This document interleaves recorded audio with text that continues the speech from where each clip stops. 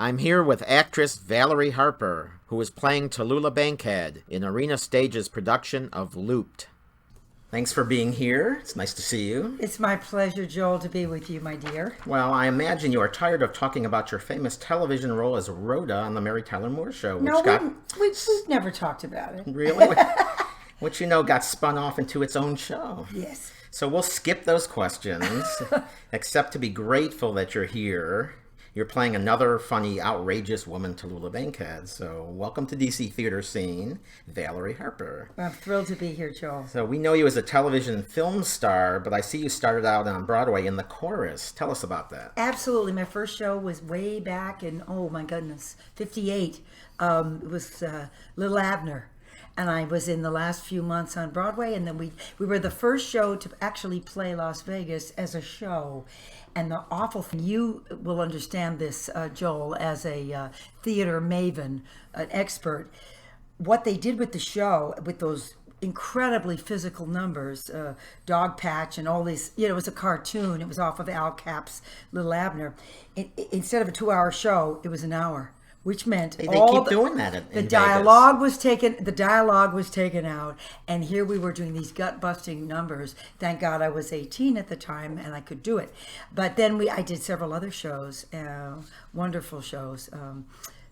Take Me Along, which was Jackie Gleason was in that. Jackie Gleason and Walter Pidgeon and Una Merkel, Eileen Hurley, the English actress. It was just great. And then I did a show called Wildcat. Oh, actually, with Lucille Ball. Lucille. So I worked with two of the great comedic geniuses of the 20th century, in my view. I also did a show called Destry Rides Again, but I didn't open with it. That was Andy Griffith. And Dorothy Malone. I didn't open with that. You came in. I got later. hepatitis, or that's what they thought it was. They were never quite sure because they don't have the great testing as they do now. And then I did a show called Subways Are for Sleeping, also a Michael Kidd directed and choreographed show. That was Ms. Newman. Right? She was adorable. Phyllis Newman, she's still great. Carol Lawrence, and Orson Bean. Yeah. Good old Orson Bean from To Tell the Truth and What's My Line? Yes, and later, Medicine Woman, Dr. Quinn. He was a regular on that. That's right. Yeah. And of course, Sidney Chaplin, who was the son of Charlie Chaplin. He was a big matinee idol. He was in Funny Girl, too. He sure was. He sure was. And earlier than that, Bells Are Ringing with Judy Holliday. He did a show every year as a leading man. Great voice, charming, very tall, handsome guy. Just like his father, very charming. Yeah, lovely man.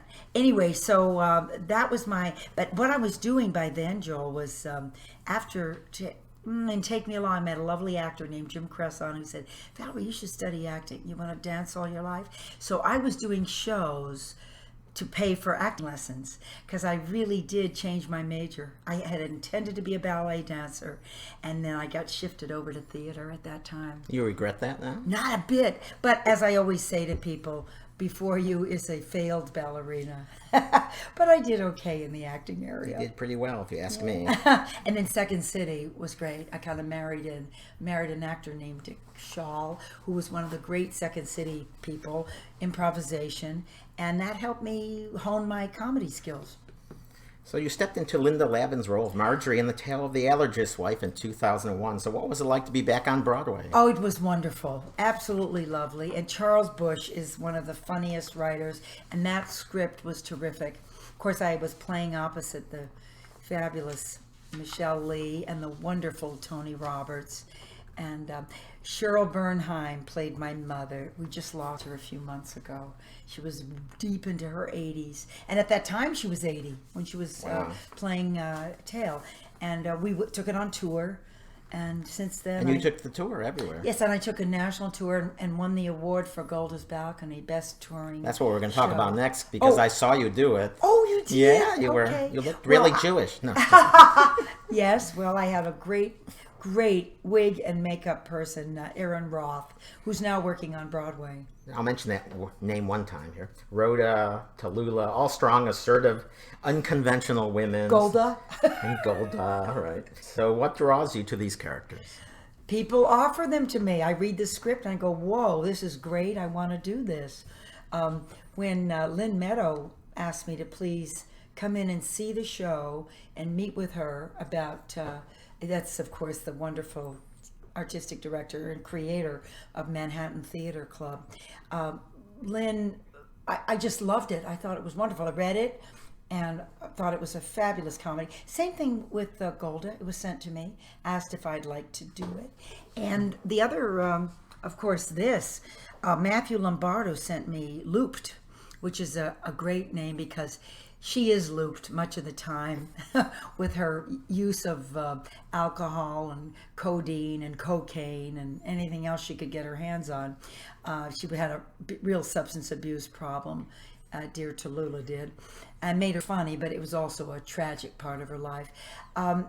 And he sent me the script, and it was wonderful.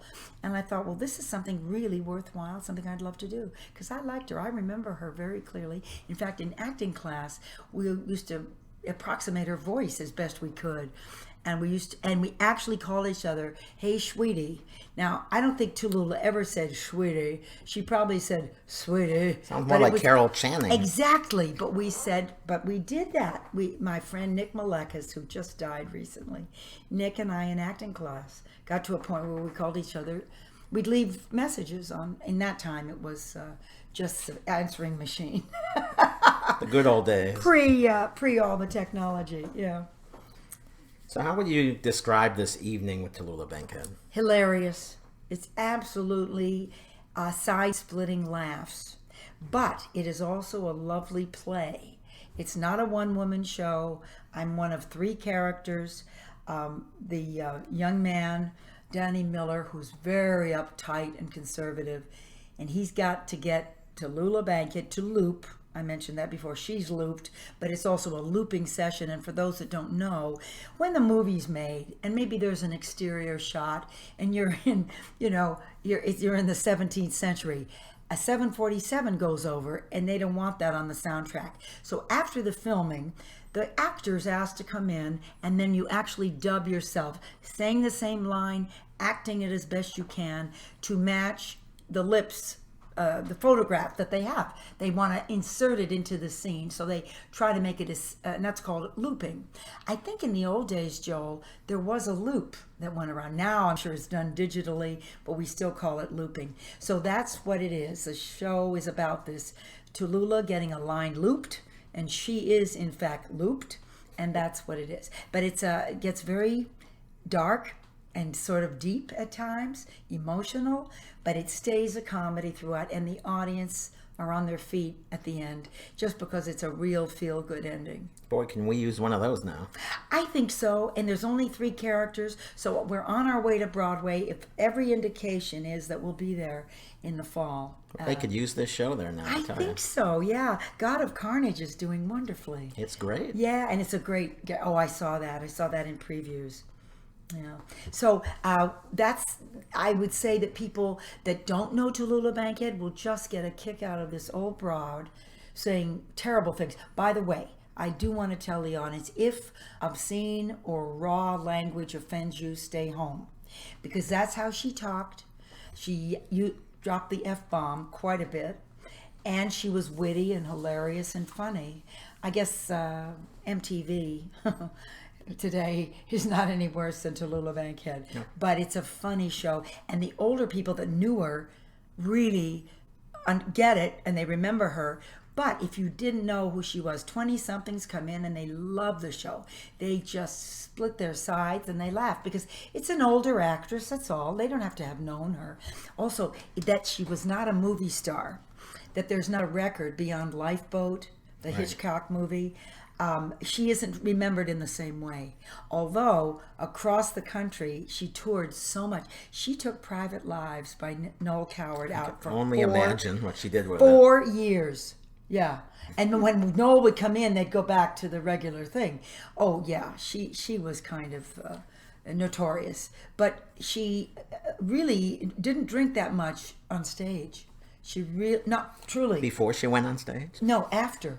After, she'd be up all night drinking and sleep until almost maybe curtain. But no, she was quite a working actress, liked the party girl image and promulgated it.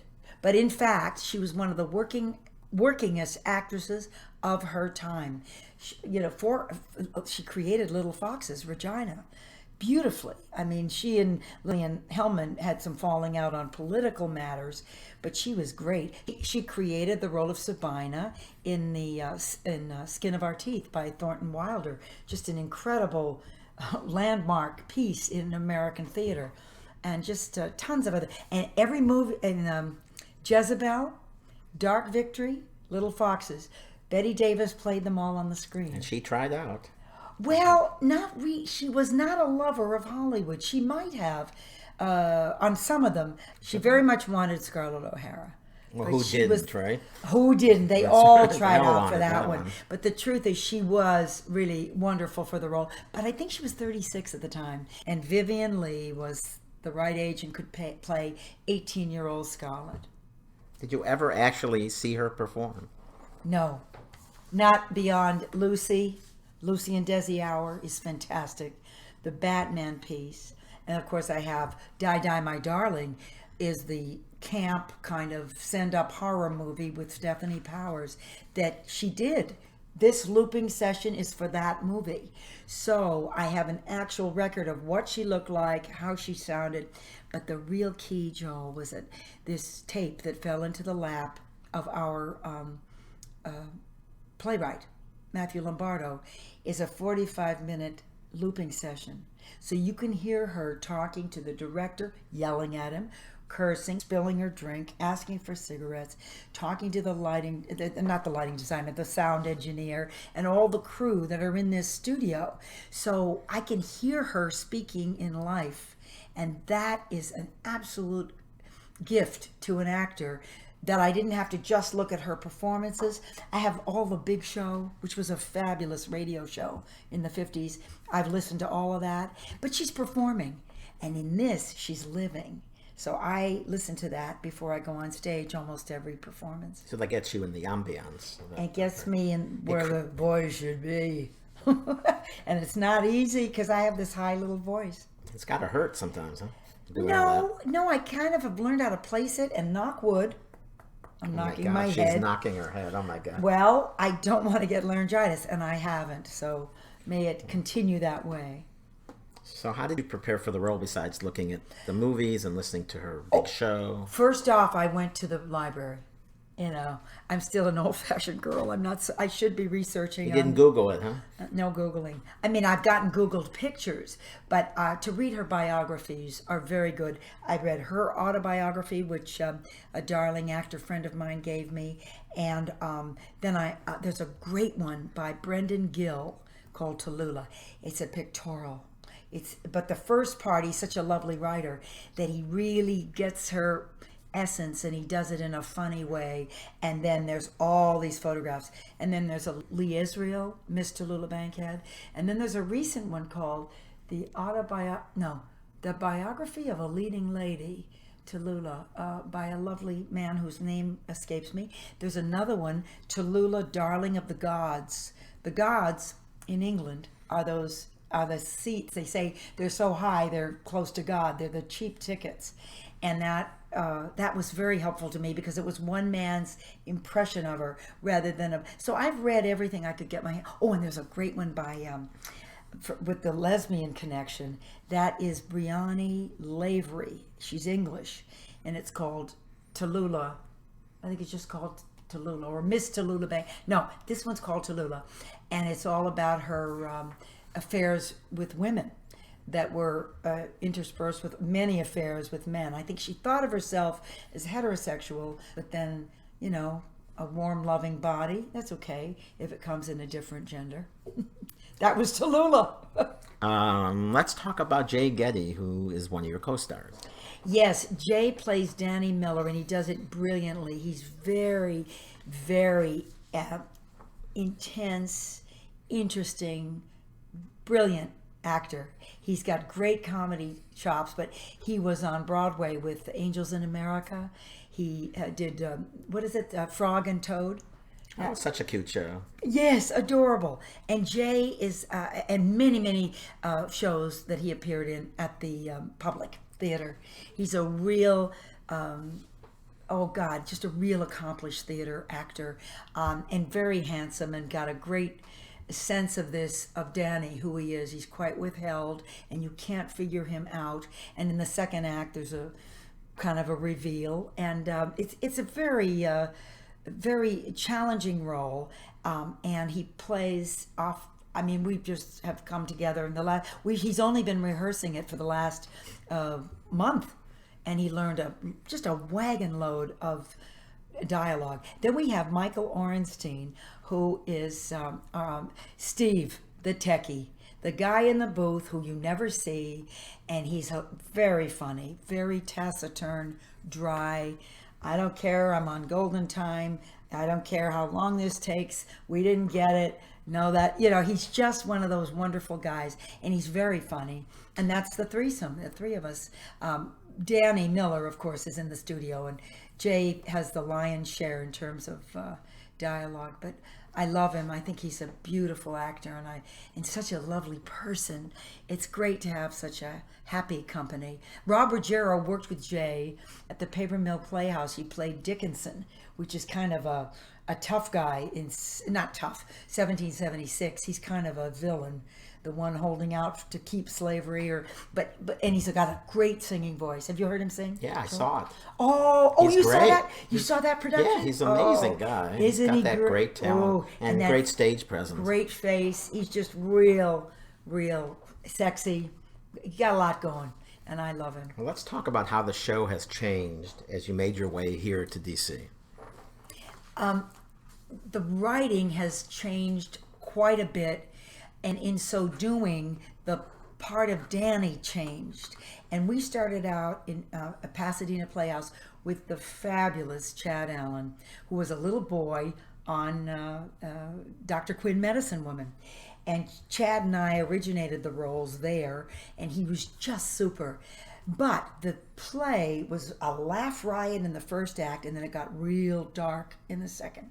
And Rob Ruggiero, with, of course, Matthew, our playwright, said, I got to do something here. So Rob happens to be a great dramaturg, and he worked very intensely with Matthew to bring laughs into the second act and bring story and depth into the first act. So now it's one piece.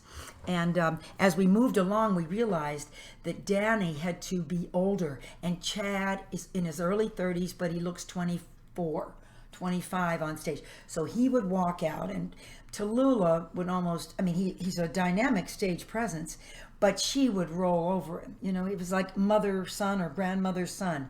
And they wanted more either sexual tension, flirting, and also it's more tragic if Danny is 40 plus rather than looking under 30.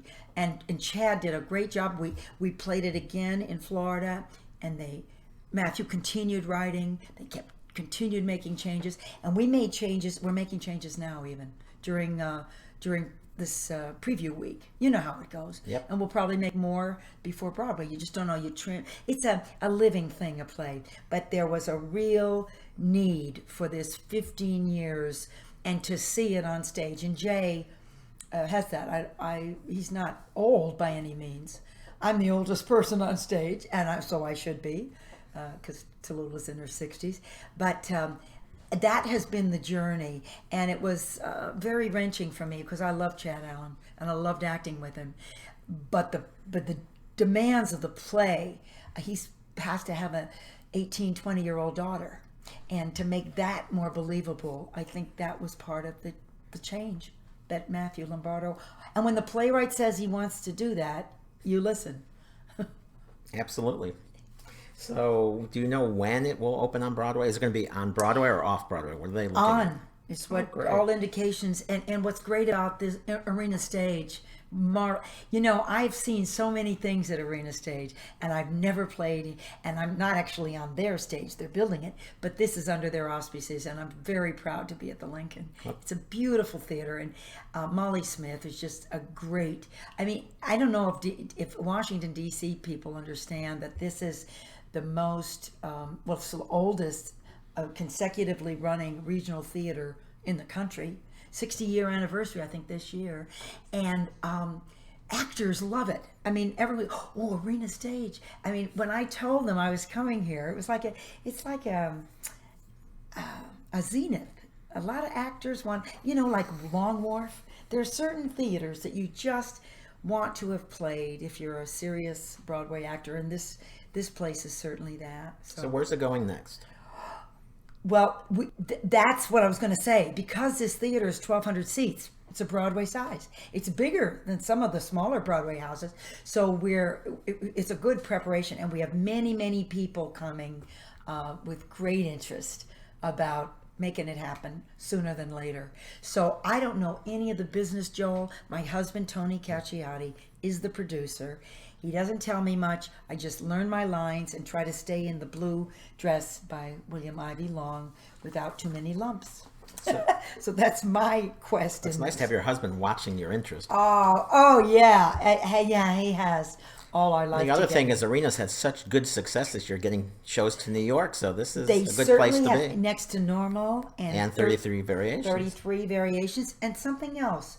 I think Carrie Fisher's gone. That's right, Carrie Fisher's gone. Yeah, it's just an amazing And you're in a good venue where they've had great success. So I know you're in the right place. May we follow in those footsteps. But so we have a lot of people coming down.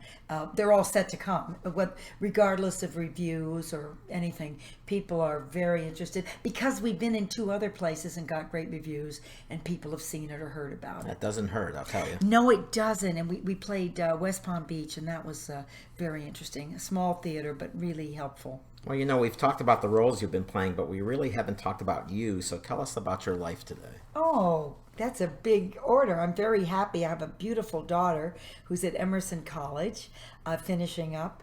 I never one for back there then or out there when. I think the very best time is right now. Why? Because that's all we've got. You do not know what's happening the next day or even the next hour. So I'm really fully focused on making Tallulah as real as I can and making Looped a wonderful theater event for people. I'm on the Screen Actors Guild board, and we're going through just nightmarish stuff. We have a terrible contract before us, but finally, after years of pushing, we're finally getting out to the membership. If the membership votes this terrible, draconian, awful contract up, that's their doing, and I shall leave the board and say, go ahead. I've got my pension, I'm doing fine, and I've got my residuals, but for the next generation of actors, it's very important. So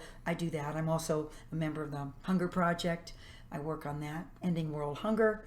And here in Washington, there's a great group called Results. We lobby. We're a citizen lobby. No one's paid on behalf of hunger, poverty issues in America and around the world. So I have, show business is something I love, but it's not my life. My life is my life. And I think that's how you can bring the best to acting. Well, let's go on, and can you mention some rising... You said talk about my life. I don't know what to say. No, I'm just trying to, Well, no, go ahead. And I like to garden. Me too. I just planted my tomatoes and herbs and my hot peppers. I like hot peppers. Oh, good for... Are you Italian, Joe? No, I'm very Jewish. Oh, you're very Jewish. Romanian, Hungarian, and Russian. Well, I see it in the eyes. You're so warm. So I'm always so Hungary and Russian around. Well, you're very gemütlich. You know what I mean? Yeah. You are. Because, and that's kind of Dom DeLuise, who we just lost. I know, how sad was that? Good friend. I loved him. Dom, Pavarotti. It's like you're very embracing. When I met you, I thought I knew you. No, I'm serious. It's really sweet. You're so cute. No, a Mediterranean kid. Yeah, okay. I once had a nun hold up her arm and struggle with an unseen being saying, Valerie Harper, if you don't stop talking, my guardian angel is holding back my hand from hitting you. And I looked at her and I thought, oh, that was good. Maybe that's when I decided to be an actor. I didn't really believe the angel was there, but it was just well performed, Or maybe there was an angel holding back her. I don't know. Maybe she just wanted you to develop good habits. To stop chattering, and I haven't learned it, as you can hear. So what advice would you give young actors who are considering making theater, film, or television their career? Study and get into something. Work, get up, do theater. Because theater is, I don't care how you slice it, The others are a recording of what happens in theater. Actor to actor, person to person, people are watching that interchange. So you should go to class, you should study it, because as I used to say to master classes when I was touring with a play, Dear Liar, I did with an actor named Anthony Zerbe, and I'd say to them, I said, how do I get in show business? I said, get yourself, make sure you like to act. Find out if you love acting. Don't just want to wear Cher's gowns and get out of a limo.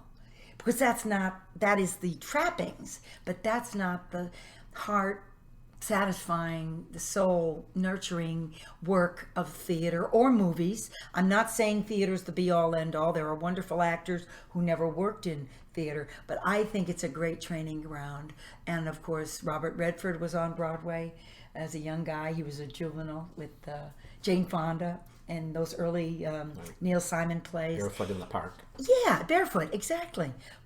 I would say make sure it's what you want to do, and don't get hung up in what looks like the parties. And Lindsay Lohan happens to be a good little actress, but it's almost like her life, her antics, her stuff, like Tallulah, outside the acting field has overtaken what she really does.